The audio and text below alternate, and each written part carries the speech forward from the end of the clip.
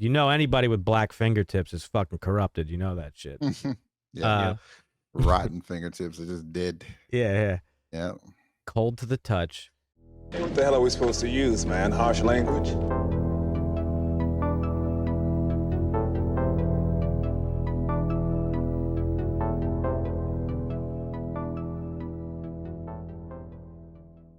But with this movie here, Doctor Strange and the Multiverse of Madness, it's a pretty basic plot, which we'll talk about a little bit more and how we felt about that. But Doctor Strange teams up with IMDb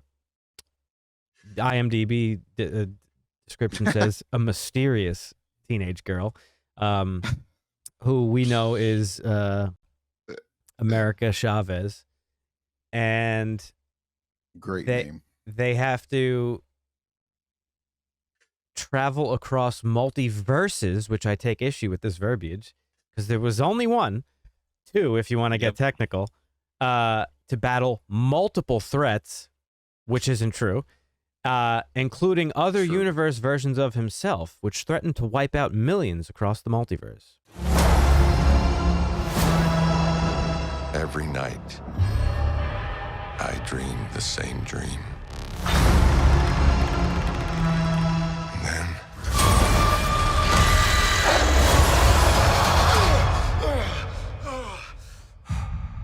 the nightmare begins. So very early in this movie, we meet an alternate version of Doctor Strange, and he's running around with America Chavez, and you're like, what the fuck's going on here? Very quickly thrown into the plot. And she's being chased by some sort of demon, she thinks, and she has the ability to open up portals. She could travel across. She's a multiversal traveler, so she could open up portals to any dimension or any universe, and she ends up in our main MCU universe where she meets our Doctor Strange, and the adventure begins. And where this picks up from WandaVision. For those of you that have watched WandaVision, and those of you who haven't, spoilers. WandaVision is a story about Wanda and like her really dealing with like loss. And if anybody has gotten it fucking bad in these movies, it's Wanda. She's been done dirty. She lost it all. Lost her fucking parents, lost her fucking brother, lost the love of her life, Vision, had kids, then lost them. So she's just like in a world of hurt. But the end of WandaVision, she loses that because her creation of her Westview thing basically disappears. She realizes the error of her ways. Her version of Vision disappears. Her kids disappear, and she basically comes to terms with her loss. However, she gets a hold of the Darkhold, which Marvel fans will know is a sinister, evil book, a magic book that corrupts and sort of brainwashes the wielder of the Darkhold. So WandaVision sort of ends in that with that, her basically flipping through the book, and you hear her kids calling to her from beyond. And where it picks up in Doctor Strange is she's, I guess, fully corrupted by the Darkhold. You know anybody with black fingertips is fucking corrupted. You know that shit. Yeah. Rotten fingertips are just dead. Yeah. Cold to the touch. She is fully corrupted, and she's basically the one, spoilers, chasing America Chavez.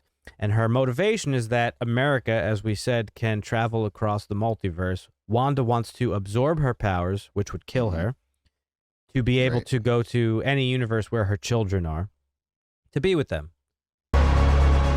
Wanda, what do you know about the multiverse? Viz had his theories. He believed it was dangerous. He was right. I think this plot is stupid. I'm just going to come out and say it. I don't. Why? It just seems so like basic and stakeless. I mean, I didn't mind the story too much. I told you when we were watching WandaVision way back when that she was going to be the villain in this movie, and it turns out she was, because there was a lot of guesstimates was going to be Kang. I figured they would turn her into the bad part, which I thought she played a pretty good villain. I agree. You know, she's Yeah, she did. so like you said, she's so stricken with grief that she's going to no limits to. She doesn't care who she hurts to get back some semblance of happiness. Mhm. So she goes down this dark path, and it's not all her fault. Like the dark hold. I mean, once you start using it, it's got its Right. claws into you. So it's almost like you know you can't escape it. But I mean, it's Sam Raimi. There was so much Sam Raimi in this movie. I loved it. It was funny as fuck. Yeah. Mhm. He's a great producer developer. Funny thing, I was looking at his credits because I knew he did. I knew he did the Xena Warrior Princess. Like he developed that and wrote that. And he does a lot of writing for video games and stuff. But as I was looking through his writing credits, like he has a writing credit for what is it? What is it called?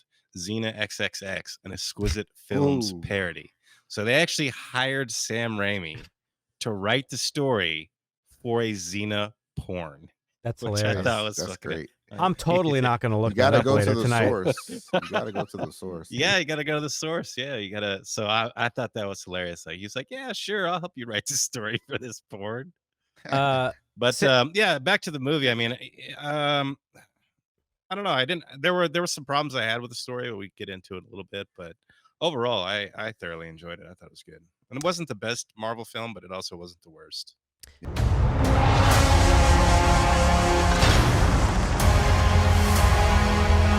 I'm sorry, Stephen. Your desecration of reality will not go unpunished. but you know, it's Sam Raimi, so like a Sam Raimi movie's gonna be fun. You know, you're gonna get all the classic stuff. Like, you know, he's a very specific style of like he's got these certain shots that are very specific. He has a very certain a very specific like visual effect style. And that all comes through. This is like the perfect movie for him because it's about magic. Well, and this one had a darker tone overall. Absolutely. Like most of the Marvel movies and even shows didn't have a dark tone like this one did. And as we were talking earlier, like this is like his wheelhouse. Like you're talking about Mm-hmm. a Book of the Dead, Right. you know, which is Evil Dead, Army of Darkness, and all that, and you know, Yeah. ghosts and ghouls and zombies and stuff like that. You couldn't have picked a better director, if you ask me. Yeah, I agree. I don't think there's any other person more perfect for a Doctor Strange movie than Sam Raimi. And I think that really is the strength of this movie. And I think if you were to strip all that away, it's not really a good movie. Mm. I think the Yeah. movie is very much carried on the fact that it's a Sam Raimi movie. Now, maybe we're biased because the three of us are Sam Raimi fans. Even Marvin, who's seen nothing, has seen Evil Dead and these movies and likes them, right? Yep. Yep. So like, maybe we're a little bit biased, but Maybe. Yeah. I think the movie was carried on that. Like the visual effects in this movie were fucking awesome. I love the fact that his powers were like snakes and creatures and demons. Yeah. Um, The craziness was good. Like, yeah. just it was just like wacky. It's Mhm. just super Sam Raimi for sure. So, early on in the film, America doesn't really know how to control her power to open up portals. It kind of happens instinctually when she's under threat. And at one point, while they are under attack by Wanda, she teleports them. There's a really cool sequence where they're actually bouncing through like multiple universes. One's a cartoon world, one they're made of paint, one Yeah, it is was like an great. actual like Jurassic type of world. So there were several cool little visual things there, but again, it was just a sequence. There's no real multiverse of madness there. Mhm. And then the Right. majority of the movie takes place in this very one specific universe where we end up meeting the Illuminati, which Oh, is yeah. a council of heroes that was established by Doctor Strange to deal with threats.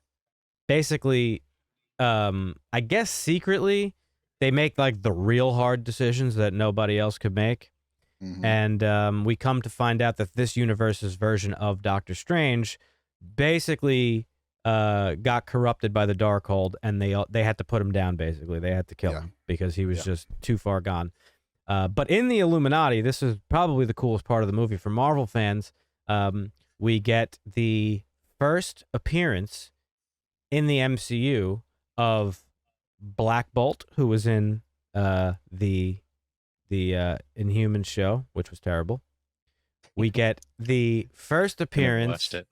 of Patrick Stewart's Xavier in the MCU. Oh my god, that was such a good part. And not But only he's did old he, as shit now. but not only did he roll out in his iconic yellow hovering wheelchair thing, but they fucking played the theme song to the 90s X-Men cartoon, and I lost my shit in the theaters. I was like, see, Yep. when Marvel, like, that's when Marvel with the fan service, like, they do it fucking good, and that shit. True. Which, I mean, they kind of spoiled that in the trailer. Like, everybody knew that Patrick Stewart was going to be there. Like, nobody knew that it was going to be John Krasinski as Yeah, but we didn't know that he was going to Reed roll Richards, out but- to the fucking music, dude. yeah. Right. The way they You don't understand. This is a show. I'm Marvin. Again, you're a little younger than us, so I don't know how much that show impacted you, but like literally Saturday morning cartoons, Yep. you're watching Oh, yeah. X-Men every weekend. That was a staple. Yeah, that and the show was fucking good. He-Man.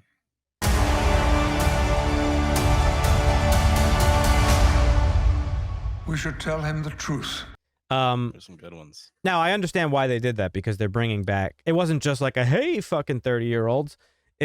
They're reviving that show. X-Men '97 will be on Disney Plus in whenever, and they're actually bringing back a lot of the voice actors who did that show. So that's cool. Yep. Looking forward to that. But the Illuminati also, as you touched on, Dusty, introduced us to the first ever appearance of Reed Richards in the MCU, played by John Krasinski, which was what the fans have wanted for years.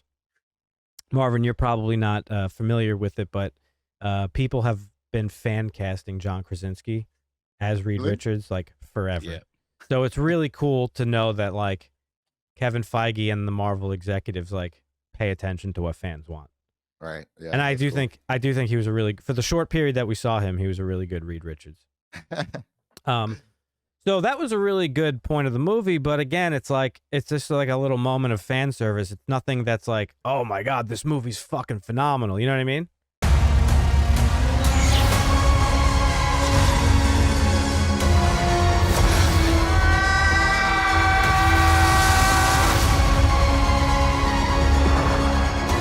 Things just got out of hand. Apparently, everyone just happens to know what went on fucking Titan when Titan, one of Jupiter's moons, where one of the battles took place in Infinity Yep. War. Everybody Thanos threw a moon at Iron Man. Yeah, everybody just seems to know that Doctor Strange willingly gave up the time stone. How the fuck do people know that? Was he interviewed by CNN? Like, I don't understand. Yep.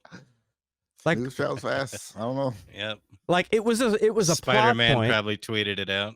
It was a plot point that they brought up multiple times. One of which was at Christine's wedding, when his old partner, Doctor Guy, was like, "Was there really no other way?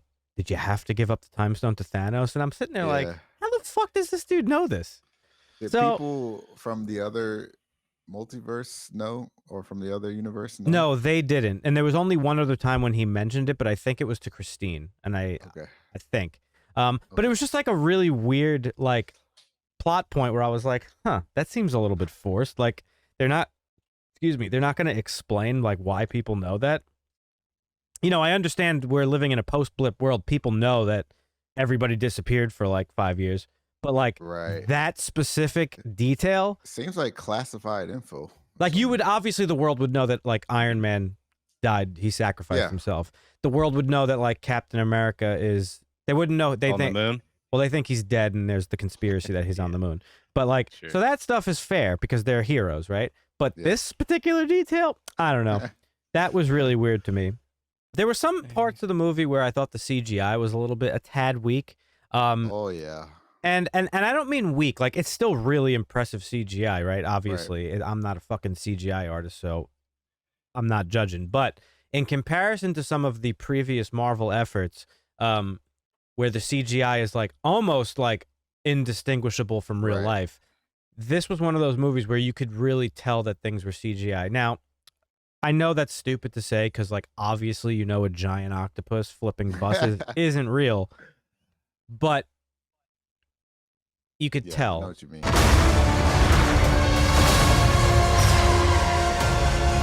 You break the rules. Look out! Become a hero. I do it, I become the enemy.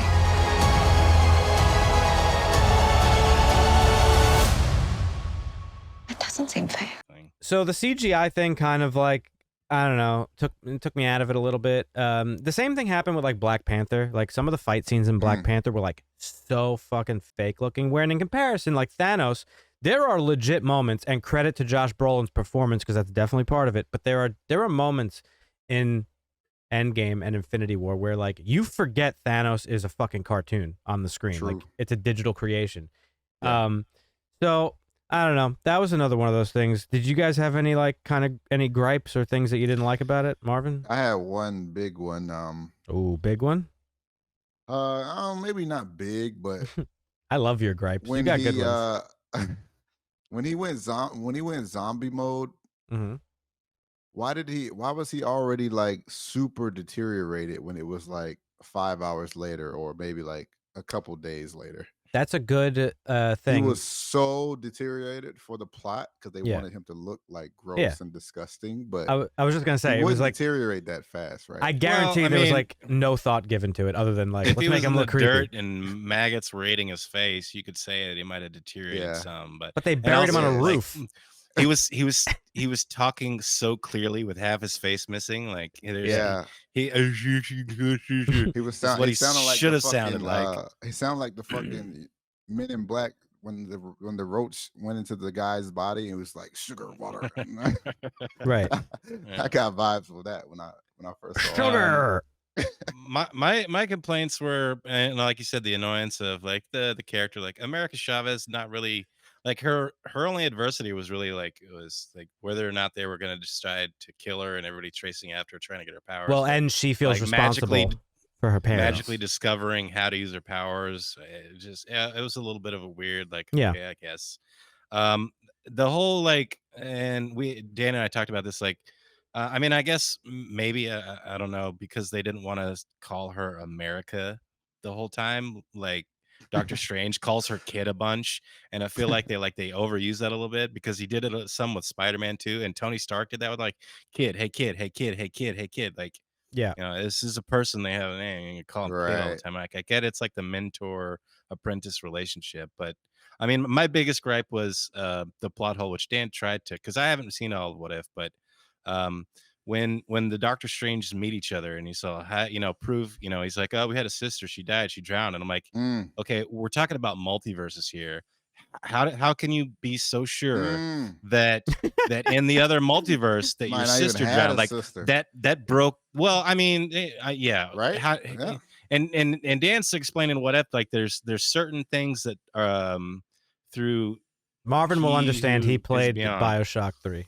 But there's Constants certain and things that are variables. constants and variables. But even then, like Loki is an alligator in one. So in order to say that he had a sister and she drowned being a constant when there's hundreds, if not thousands, Right. if not millions of multiverses, like maybe she died. Her dying might be a constant, but her drowning is definitely not going to be a constant because if you try and save somebody and them dying as a constant, they die another way. Like that kind of broke it for me. Like how are you going to use like we had a sister and she drowned, like that story, like that kind of broke the whole multiverse thing. I'm like, with if there's thousands or millions of multiverses and infinite numbers of possibilities and decisions, like maybe her dying is a constant, but the way she died, it was just stupid to me. Like it didn't make, I was irritated by it, and I still am.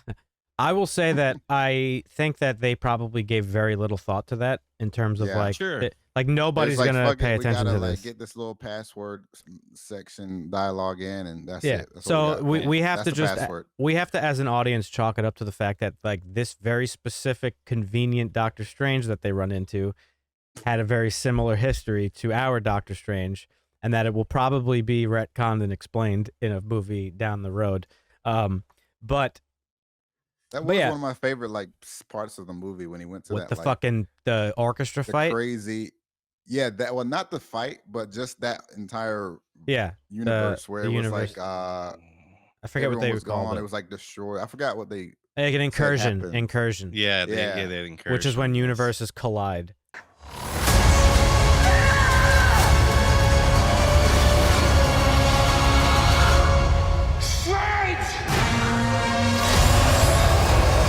I think we're all on the same page here with this one. It's on IMDb. It's 7.1.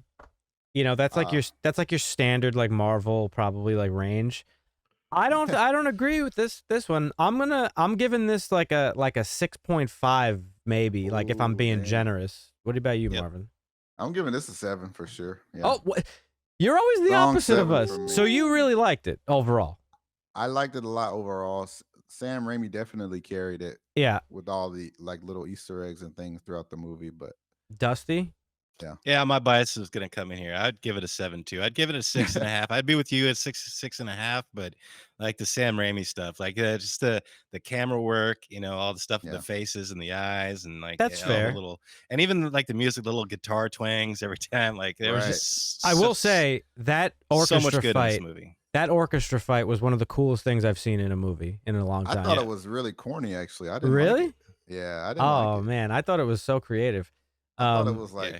super extra and like I didn't like it. It was That's a fair. creative use of magic. I thought Yeah. it was pretty clever too. Yeah. But that's fair. I could be on board. We're not too far apart, but I think I can get to the 7 score because of Sam Raimi. What's up, people? Dan here. Just to remind you that if you enjoyed the video, to please go ahead and hit the like button. It really helps us out, and it lets us know that we're doing an okay job. If you want to be notified for more videos like this, hit the subscribe button, and if you're feeling extra spicy, hit that little bell button down below. Give it a little tickle.